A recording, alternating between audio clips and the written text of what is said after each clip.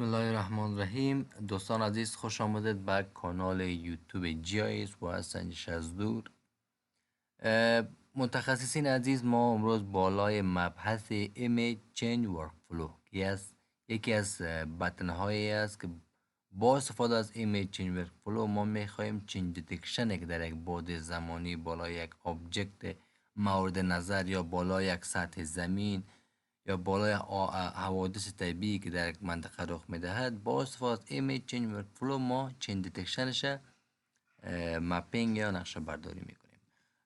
دوستان عزیز، با استفاده از سافتویر Envi ورژن 5.6 Image Change Workflow ما انجام میدهیم. Image Change Workflow تقریبا شامل دو بخش میشه که بخش اولش a.Difference است یا میتود Difference شامل 3 بخش میشه که Difference of Input Band ما برش یکی از باندها رو معرفی میکنه که با اساس این Input Band خودت بیا تفاوت‌ها یا چنج دیتکشن ما نقشه برداری.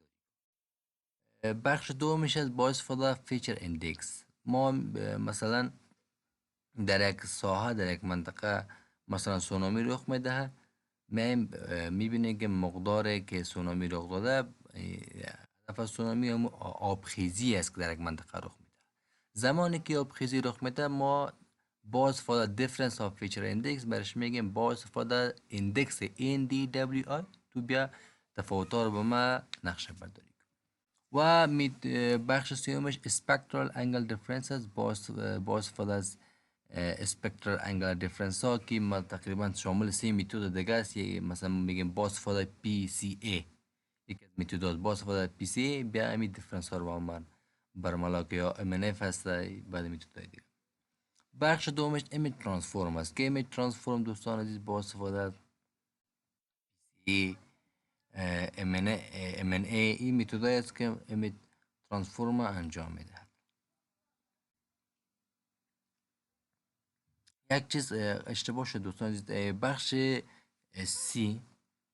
بخش سی دوستان عزیز Spectral Angle Difference می با استفاده مباستابی که رخ داده به اساس از او Spectral Difference انجام بده.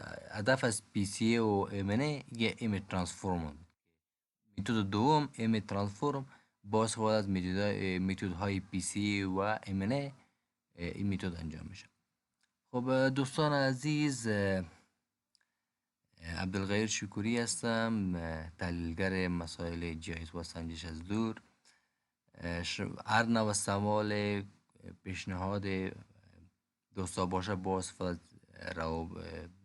ایمیل آدرس ما و واتساپ نمبر ما شما میتونید با ما موضوعات را شریک بسازید. برای حمایت از کانال دوستان عزیز فراموش نکنید که دکمه سابسکرایب حتما فشار دهید. آموزش ها را با دوستان خود از طریق سوشل میدیای خود شریک سازید و همچنین دکمه لایک را فشار دهید. خب دوستان عزیز، این محیط انوی است. ما با استفاده دیتا منیجمنت تولز تصاویر خود در این قسمت ما باز میکنیم. یک تصویر ما از آفتر سونامی و کنترل میگیریم، تصویر دیگر بیفور سونامی. تقریبا ما دو تصویر داریم دوستان عزیز، قبل از حادثه‌ای که سونامی رخ داده و بعد از اینکه سونامی رخ داده. چی تفاوت هایی داره، چی دیتکشن ها یا چی تغییرات در ساحه آمده، این ما میخوایم نقشه برداری کنیم. دوستان عزیز، این تصویر اول بیفور است. شما میبینید قبل سونامی آبجکت ها به چی حالت قرار داشته و وقتی تیکش انتیک کنیم شما میبینید چی تغییرات در این قسمت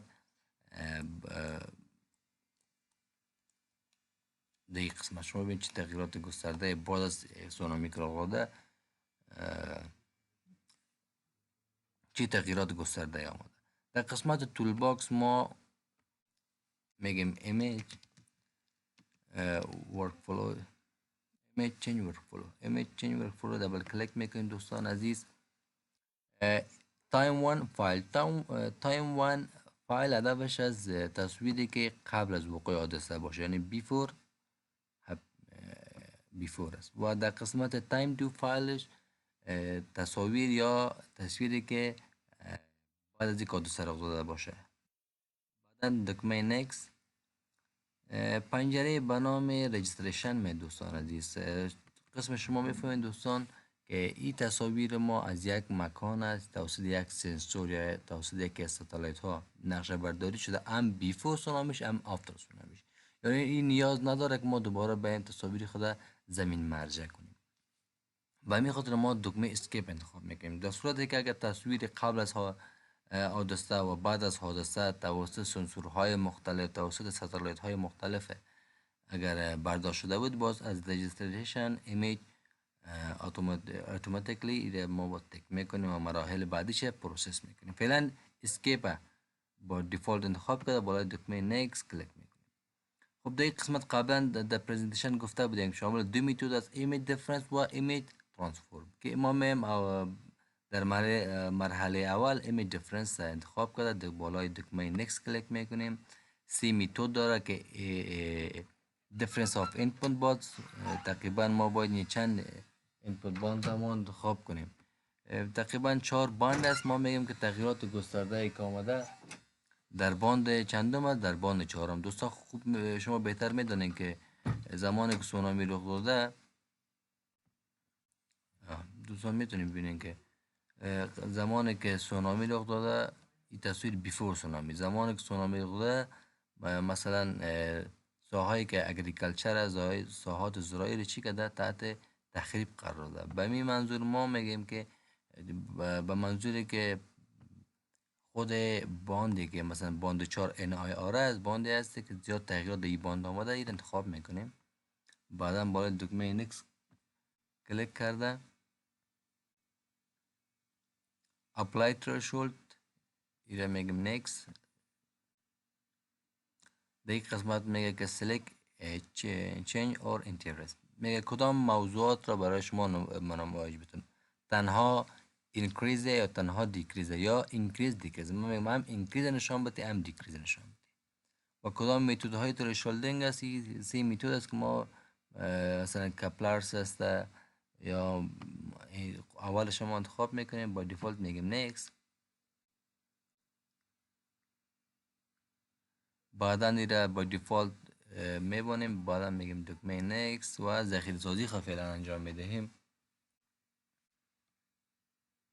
در این قسمت ما میگیم خب اوتپوت ما براوزش میکنیم. در مثلا یک از پوشه ها را شما انتخاب کنیم به نام ما میگیم که ایمیج ورک فلوی مثلا یک. و اگر شما نیاز داشته باشین وکتور فایل یا شیپ فایل چه شما یک تک شو آن باین. فعلا چون یک آموزش توتوریال است متنا اما ایمیج شه به خاطر اینکه موضوع را بیان کنیم تک میکنیم و شیپ فایل چند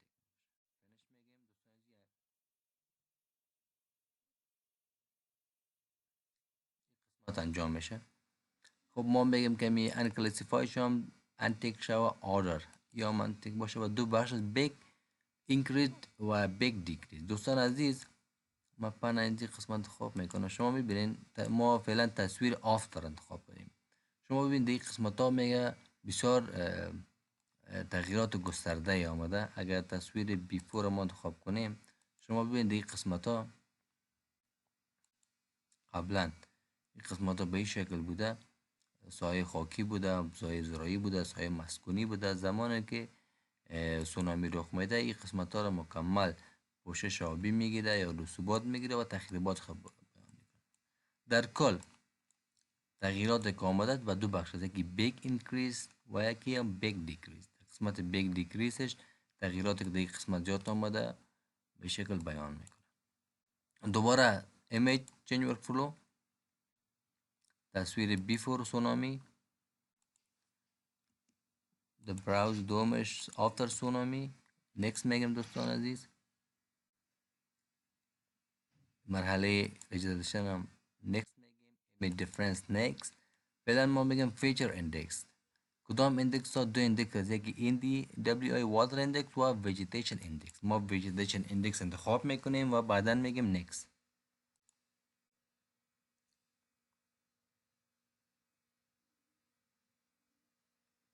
apply threshold. این قسمت export difference image only میگه تنها اگر شما بخواین امی تغییرات که آمده امیر تنها برای شما ما اکسپورت بگیریم، ما بگیم نخیر ما یک ترشولد که برش مد نظر میگیریم اینی ترشولد است که کدام ترشولد رو نشان بده. ما بگیم تنها اینکریز دیکریز نشان بده و در قسمت هم آتو ترال شد میتود هم به شکل دیفالت میبانیم، میگیم نیکس. اسموتینگ و اگریگیشنش یا به شکل اتوماتیک باشه تاثیرگذار نیست که اگر ما ارقامش تغییران بدیم تاثیرگذار نیست بالای خروجی ما شه فایلش استخراج نشه، اما ایمیجش به نام آیدی ایمیج ورکفلو دوم سیو و فینش.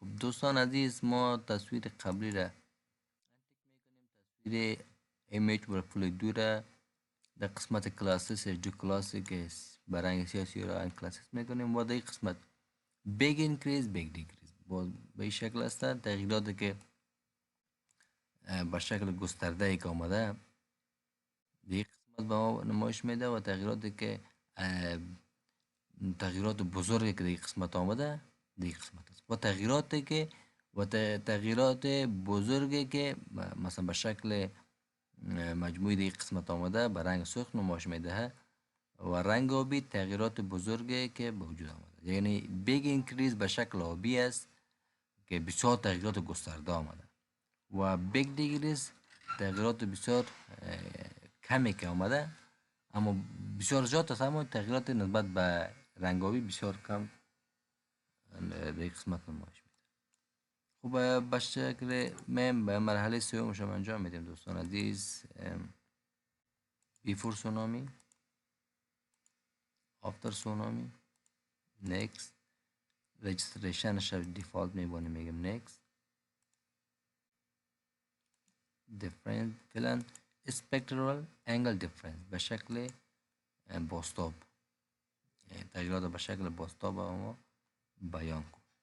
به در کل میتودهای مختلف است، تمام میتودها را آدم استفاده میکنه و در کل میبینه که کدام نتایج ما به درد ما میخوره، اون نتایج ما در قسمت میاریم. خب دوستان عزیز، ایمیج دیفرنس به شکل اسپکترال تنها تغییراتی که به شکل سیاه و سفید است، یعنی یک تغییرات است.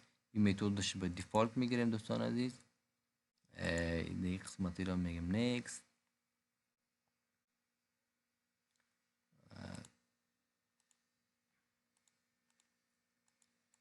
باشه سه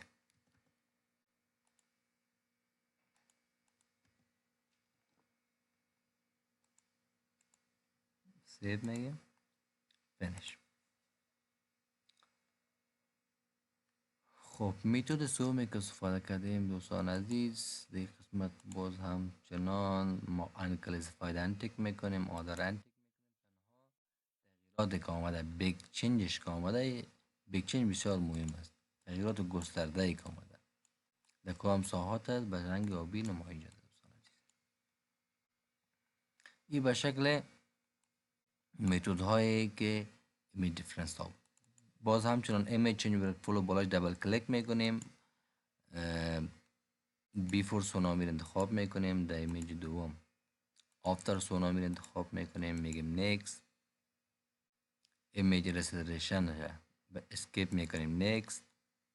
بعدا میم در ایمیج ترانسفورم. ایمیج ترانسفورم یک میتود دوم است، نیکست میگیم. دوستان عزیز، در این ترانسفورم تقریبا سلکت ایمیج ترانسفورم کدام ترانسفورم را نیاز داریم، سه میتود است، PCA، MNF و ICA.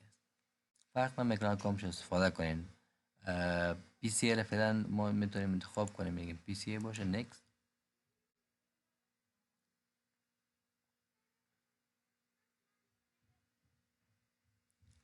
سلکت باند ریفلکتد باند چهارم انتخاب میکنیم، نیکست میگیم. در کجا سیف باشه ما میگیم که IDW 4 و بعدا بالای دکمه فینش کلیک.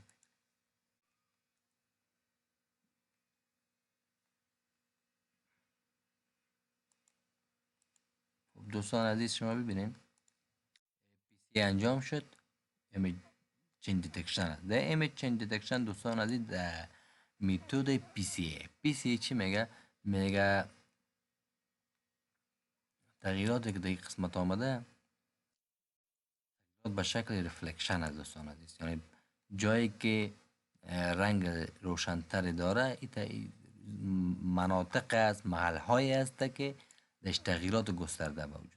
اگر شما همچنان بین از متد MNF استفاده کنین، متد MNF به می شکل بیان میکنه براتون: after tsunami next رجستریشنش اسکیپ میکنیم، image transform متد MNA به مدت next میگیم دوستان عزیز.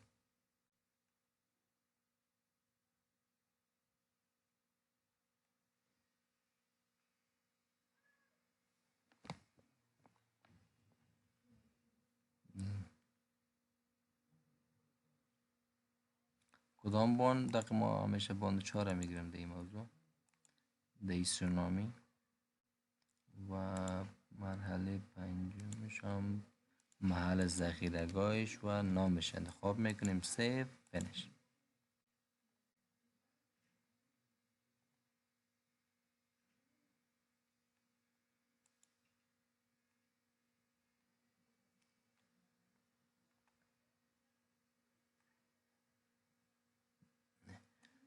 قسم بهتر میفهمید دوستان عزیز متد MNA یا روش MNA هم میگه که ساحاتی که به رنگ روشن‌تر است ساحاتی است که داشت. در کل نتایج ها تقریبا نظر به همو مبحث یا همو برنامه نویسی که هر متد داره متفاوت نباشه و تقریبا ما 5 متد کار کردیم دوستان عزیز. 5 متد نتایج متفاوت داره. شما برای اینکه بدانیم کدام متد بهتر است در کل باید بعد پری پروسسینگ ها برای ایمیج انجام شود، خطاهایی که در تصویر برداری صورت رفع شود و به متد های مختلف بالای زی اعمال شود، دیده شود کدام متد دقتش خیلی بالاتر است، باز میشه از اون متد استفاده کرد و ویژوالایزیشن به شکل بصری هم دیده میشه که کدام متد بسیار دقتش بالا است دوستان عزیز. من متد دوم میگم تقریبا دقتش بالا است، متد دوم از متد اول کرده و متد سوم دقتش بالاتر است. میبینیم متد تصویری که فعلا است تصویری است که بعد از یک سونامی رخ داده، اما در تصویر در متد اول میبینیم که ساعت دیتیک کرده مشخص کرده اما کمتر مشخص کرده. در تصویر دوم مقبولتر قشنگتر مشخص کرده ساعتی که تخریب شده. میبینید شما در قسمت ها کرسر اگه متوجه باشین، ما وقتی که متد انتک میکنیم میبینید که ساحه که تخریب شده است. و متد سوم به این شکل دقتش بالاست. متد چهارم شما ببینید که متد چهارم هم ساعتی که PCA هست، میبینید که ساعتی که برنگ روشن‌تر است دقتش نسبت به MNA بالاتر. دوستان عزیز شما میتونید حتی شیف فایل‌های رو استخراج کنین، برین مساحتاش محاسبه کنین، برین که لیاوت قشنگ در محیط GRScience یا محیط کاتالوگش محیطای که GRScience تا میتونین که قشنگ بین یک تحلیل انجام بدین و یک دیتای بگیرین و ازش استفاده کنین. دوستان عزیز جهان سپاس از توجه شما. در صورتی که هر نوع سوال باشه، پیشنهاد باشه یا کدام آموزش مورد نظر خویش را خواسته باشید که ما او را مهیا بسازیم، میتونید با استفاده از روابط یا روابط هایی که در سوشل میدیا هست، شماره واتساپ ما، تلگرام ما، در خود کامنت یوتیوب آموزش میتونین موضوعاتش با ما شریک بسازین. تا دیدار بعد، بدرود.